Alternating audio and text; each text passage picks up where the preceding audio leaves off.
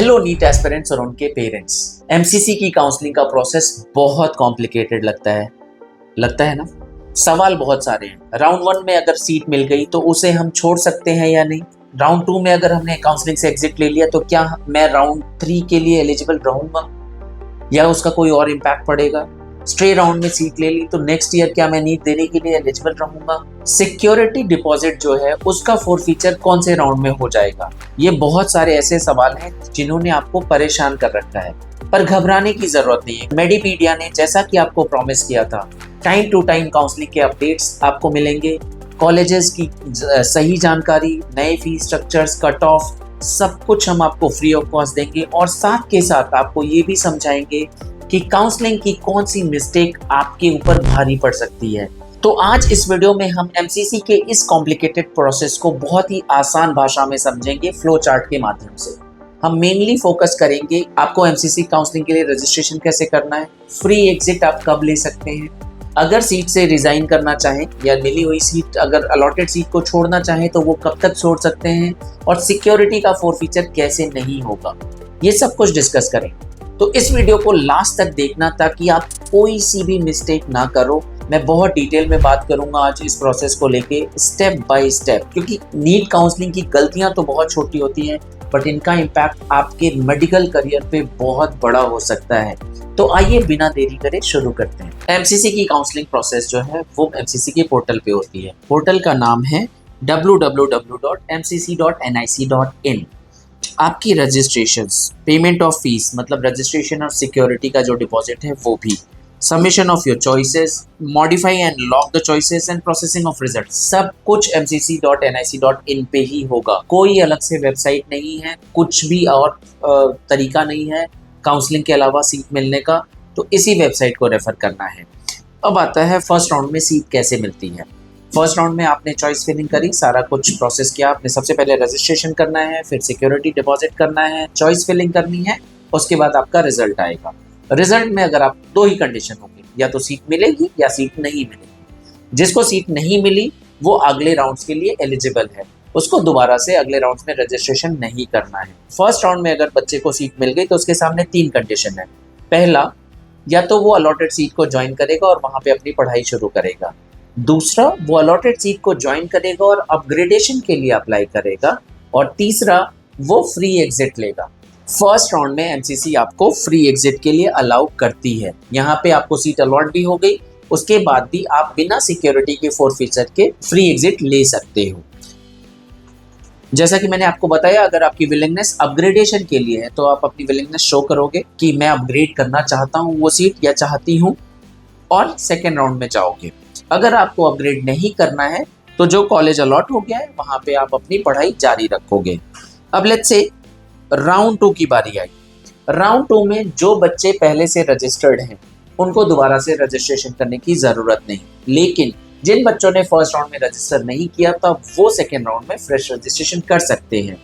जो बच्चों ने रजिस्ट्रेशन पहले कर रखा है उनकी जो पहले राउंड की चॉइसेस हैं उनको नहीं माना जाएगा। अब आपको दोबारा से फ्रेश चॉइस फिलिंग करनी है। ओके, रजिस्ट्रेशन नया नहीं करना, लेकिन चॉइस फिलिंग नहीं करनी है। नए बच्चे नया रजिस्ट्रेशन कर सकते हैं। अब सबसे पहले क्या होगा कि जिन्होंने विलिंगनेस शो कर रखी है अपग्रेडेशन की, वो अपनी चॉइस फिलिंग कर रहे हैं। नए बच्चे भी कर रहे हैं, पुराने बच्चे भी चॉइस फिलिंग कर रहे हैं। अपग्रेडेशन वाले बच्चों को ये ध्यान रखना है कि जो फर्स्ट राउंड में सीट मिली थी वो कॉलेज का नाम अपग्रेडेशन के टाइम पे ना डालें। कई बार ऐसा होता है कि वो कॉलेज शो ही ना हो, वो अलग बात है, लेकिन अगर शो हो रहा है फिर भी आप वो कॉलेज ना डालें। अब सेकेंड राउंड की सीट अलॉटमेंट को समझते हैं। जिन बच्चों ने अपग्रेडेशन की विलिंगनेस डाल रखी थी और उनकी सीट अपग्रेड हो गई तो वो क्या करेंगे, पहले राउंड की सीट को छोड़ेंगे और सेकेंड राउंड में सीट जो अपग्रेड हुई है उसको ज्वाइन करेंगे।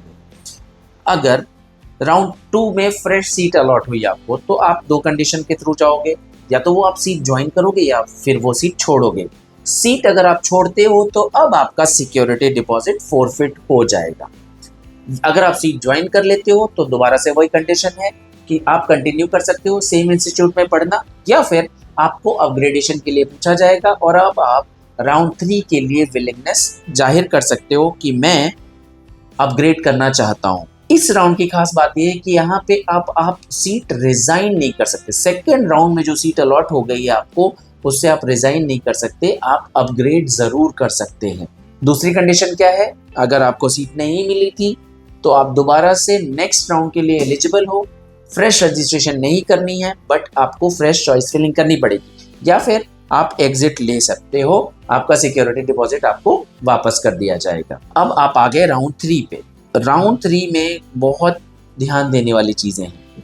ऑफ कोर्स मैं इसके बाद 3 राउंड के बारे में बताऊंगा, बट राउंड 3 में ध्यान दे लीजिए।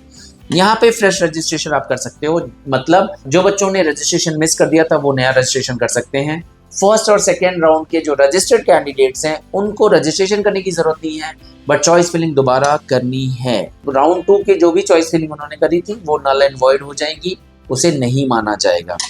अब राउंड 3 के साथ कंडीशन क्या है, राउंड 3 की सीट अलॉटमेंट में क्या होगा, या तो आपको सीट अलॉट होगी या नहीं होगी। अगर नहीं हुई है सीट अलॉट तो आप आगे की काउंसलिंग के लिए एलिजिबल हो, आप स्टे राउंड की काउंसलिंग कर सकते हो।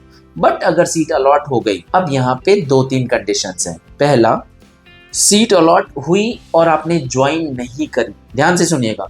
थर्ड राउंड में आपको सीट अलॉट हो गई बट आपने ज्वाइन नहीं करी तो क्या होगा, अब एग्जिट करना पड़ेगा आपको काउंसलिंग से सिक्योरिटी की फॉरफीचर के साथ, और आपको अब एलिमिनेट कर दिया गया, मतलब आप काउंसलिंग के अगले राउंड्स के लिए एलिजिबल नहीं रहे। एमसीसी के थर्ड राउंड में सीट अलॉट करा के अगर आपने सीट ज्वाइन नहीं करी है तो आगे के राउंड्स में आप पार्टिसिपेट नहीं कर सकते हो, आपकी सिक्योरिटी भी फॉरफिट कर ली गई है। दूसरी कंडीशन है कि आपको सीट अलॉट हुई है, फिर से क्या कर सकते हो आप, आपको जो इंस्टीट्यूट अलॉट हुआ है उसमें आप रिपोर्ट करोगे और अलॉटेड इंस्टीट्यूट में आप अपनी पढ़ाई करोगे। बहुत से बच्चे जिन्होंने अपग्रेडेशन डाला था सेकेंड राउंड में और उनकी सीट अपग्रेड हो गई है, वो क्या करेंगे, सेकेंड राउंड में जो अलॉट हुआ था कॉलेज उसको छोड़ेंगे और थर्ड राउंड में जो अलॉट हुआ है कॉलेज उसको ज्वाइन करेंगे और अपनी पढ़ाई शुरू करेंगे। अगर आपने अलॉटेड सीट को ज्वाइन कर लिया, उसके बाद आप ना अपग्रेड कर सकते हो ना रिजाइन कर सकते हो। अब इस राउंड के बाद से अपग्रेडेशन का कोई भी चांस नहीं है। बहुत सारे बच्चे पूछते हैं कि फर्स्ट से सेकंड, सेकंड से थर्ड अपग्रेड तो कर सकते हैं, बट क्या थर्ड राउंड के बाद भी अपग्रेडेशन है, तो उसका जवाब है नहीं। आप ना रिजाइन कर सकते हो ना आप अपग्रेड कर सकते हो। अब आया स्ट्रे राउंड। स्ट्रे राउंड उम्मीदों का भी राउंड है, गलतियों का भी राउंड है। लास्ट ईयर बहुत सारे ऐसे बच्चे थे जिन्होंने स्ट्रे राउंड में सीट ली और उसके बाद छोड़ दी, वो कैंडिडेट्स इस साल काउंसलिंग के लिए एलिजिबल नहीं है। अब इसको मैं थोड़ा और डिटेल में बताता हूँ। स्टे राउंड में आप आए, फ्रेश रजिस्ट्रेशंस डेफिनेटली इनवाइटेड हैं, मतलब जिन्होंने पिछले 3 राउंड्स में कोई रजिस्ट्रेशन नहीं किया था वो एमसीसी का रजिस्ट्रेशन कर सकते हैं। जिन्होंने रजिस्ट्रेशन कर रखा है फर्स्ट सेकंड थर्ड राउंड में किसी में भी, वो अभी एलिजिबल हैं फ्रेश चॉइस फिलिंग के लिए।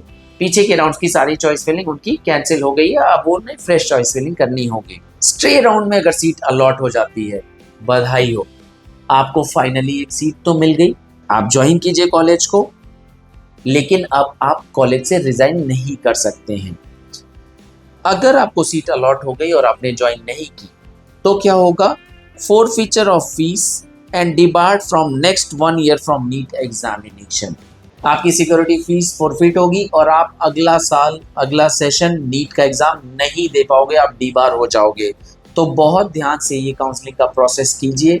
एमसीसी की काउंसलिंग है तो कॉम्प्लिकेटेड, लेकिन अगर आप इस वीडियो का आप नोट्स बना रहे हो या फिर आप सेव करके रख चुके हो ये वीडियो, तो डेफिनेटली आप इस वीडियो को रेफर कर सकते हो, इस फ्लो चार्ट को रेफर कर सकते हो, जहाँ पे मैंने आपको आसान भाषा में समझा दिया है कि कहाँ कहाँ पे आपको गलती नहीं करनी है। इसके बावजूद भी अगर आपको लगता है कि आप ये काउंसलिंग की प्रोसेस, कॉम्प्लिकेटेड प्रोसेस को कर नहीं पाओगे, मेडिपीडिया की प्रीमियम काउंसलिंग्स को आप अवेल कर सकते हो, जहाँ पे मेडिपीडिया के काउंसलर्स ना ही सिर्फ आपके काउंसलिंग फॉर्म्स भरते हैं, आपके कॉलेज सिलेक्शन में मदद करते हैं, बल्कि आपको इन रेजिग्नेशन रूल से भी अवेयर करते हैं। मोर ओवर आपकी सिक्योरिटी फॉरफिट नहीं होने देते, आपका कोई भी ऐसा आपको ऐसी किसी भी सिचुएशन में नहीं डालते जहाँ पे आपको अगले साल डीबार होना पड़े। तो आज ही कॉल कीजिए मेडिपीडिया के काउंसलर को और रजिस्टर कीजिए हमारी पेड काउंसलिंग्स के लिए, या फिर आप इस चैनल को देखते रहिए ताकि आपको ऑथेंटिक जानकारी मिलती रहे और आपका डॉक्टर बनने का सपना पूरा हो सके।